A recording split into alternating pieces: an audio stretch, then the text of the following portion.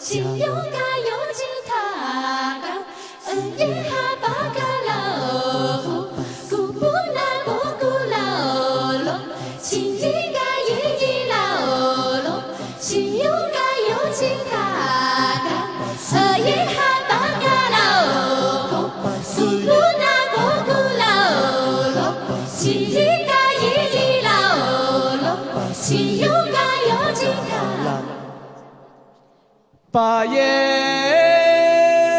哈巴嘎拉，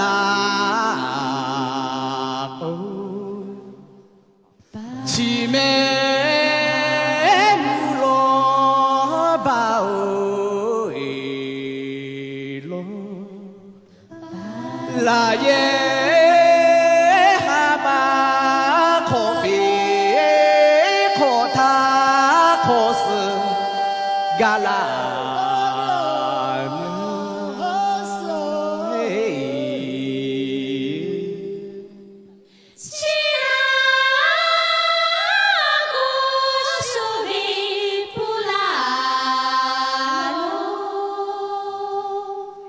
气候阿贝说贝布拉罗，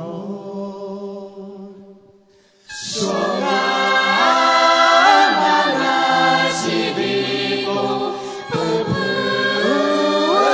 罗说贝和他西阿罗嘞，说呀。